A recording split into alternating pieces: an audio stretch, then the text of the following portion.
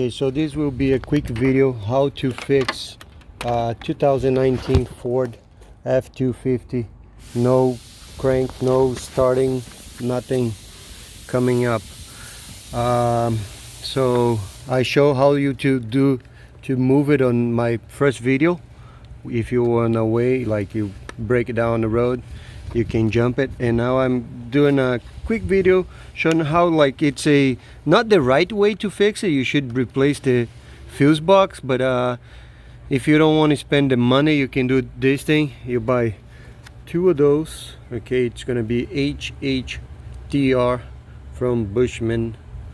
Okay, so it is these guys here. Okay, you're gonna need two of them. Let me take them out. Okay, it's a add a fuse. All right, you buy two of those, and what you're gonna do, you're gonna bypass that circuit. It's underneath. So that fuse, you see, like, you can count it 1 2 3 4.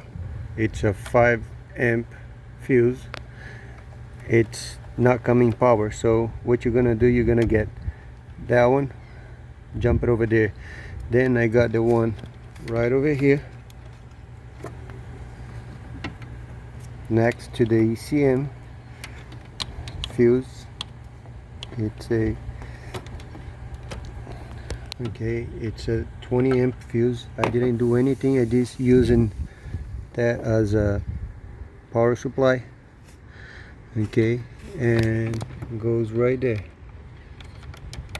Okay, and now it is go, and we will start right up. You see it?